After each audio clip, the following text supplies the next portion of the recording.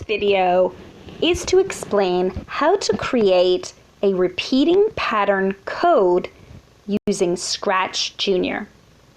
Scratch Junior is an app that needs to be downloaded to your tablet or iPad. I'm using a tablet. If you need to download the app, please pause the video here. The app is a blue box with the picture of a cat in the middle. You can see it here on the top right. To open the app, place your finger and tap it on the cat. You'll be brought to the main Scratch Junior homepage. You will see two buttons at the bottom. One that has a question mark and the other that has the picture of a house. We want to go to the picture of a house. Click on that with your finger. You'll be brought to this page.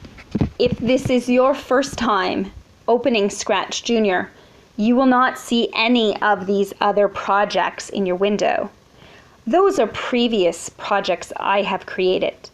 What you will see is this box on the left-hand side, right underneath my projects, with a plus sign in the middle.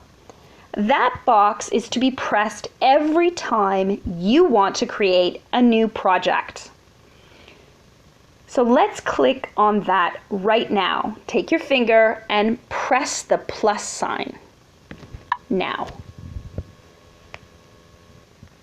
This is your coding project in Scratch Junior.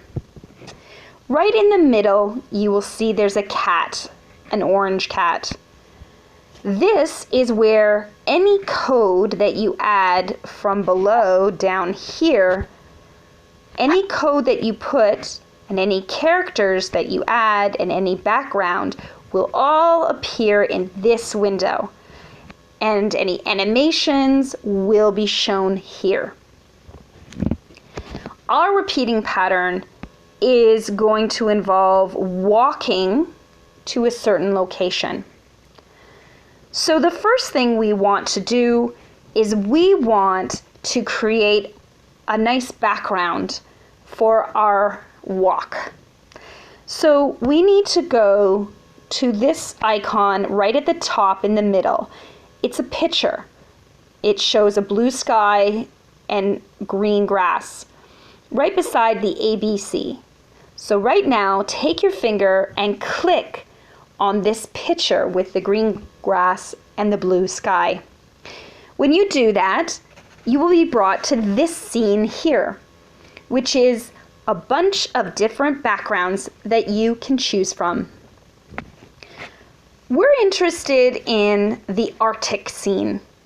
So that is the one right at the bottom, and it is the fifth box from the right-hand side.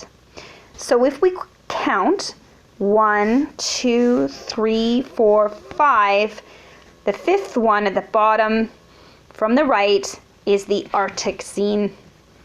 You can see now it's surrounded in orange, and we can click it one more time with our finger to open this up into our coding project. Do that for me now. Press.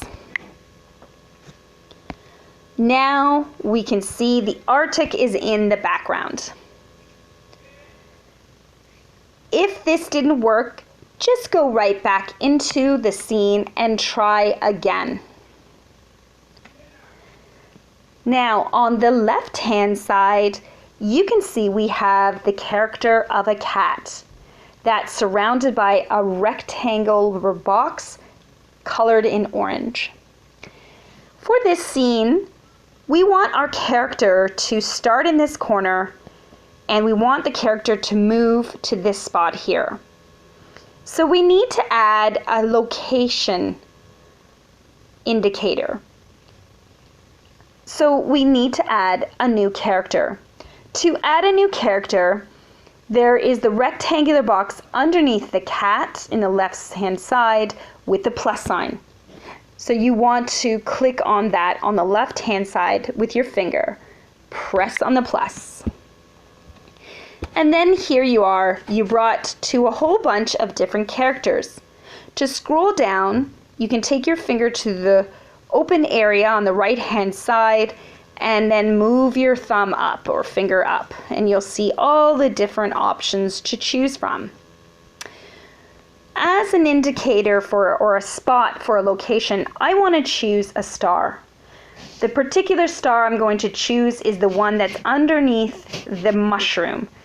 So it's second one in beside the other stars. I click on it here and you can see it is underneath the mushroom and now surrounded by orange. I can then click on it again and it's now brought into this scene. I can click on this star and move it around my screen. Should be aware that if I push on it for too long, it gives me an X. You don't want to click the X, not for this, because you want this character to appear in your window. If you click on the X, it disappears. So if you by accident click on the X, just go back and add a character by clicking the plus sign on the left hand side. I'm going to move the star right to this spot here, because guess what? That's where the character we want will walk to. And I can create an actual character versus a cat. So if I don't want the cat, which I don't here, I press and hold and you'll notice that the cat shakes. If I press the X, the cat disappears. Now the only character I have is the star. To add another character, you go to the plus sign on the left hand side underneath the star and press that. And I'm going to choose this fun character here. You can choose whichever character you want to walk. But I'm going to choose Tick, which is the blue character right beside the walking cat here. Pressing it again, I now have this blue character highlighted. You'll notice that I can click on Tick and move him around the screen, and I want to move my character to the bottom left, right in that corner. You'll also see that the same character appears in the bottom left in the white. And that's because all the code for this character will be dragged into this white area. This is a trace outline of the character, and this is where the code will go. Just above the trace character on the bottom left, you'll see a bunch of different colored buttons. These represent different coding options. The first one we want to press is the yellow button. It almost looks like a little plug. Once you press the yellow button, you'll see a bunch of different options that appear right underneath our scene, or our Arctic scene. We want to click on the green flag because that is the way that we're going to start our code. So we need to press our finger on the green flag, and then we need to pull it or drag it down below. Now we have a way for our code to start. You'll notice that it looks like it's a puzzle piece. So we'll be able to click other code beside it. So the next code we want to add is the blue button, which is right beside the yellow here with an arrow on it. Press that now. So we want our character Tick to move to that star with one condition. We want Tick to follow a repeating pattern.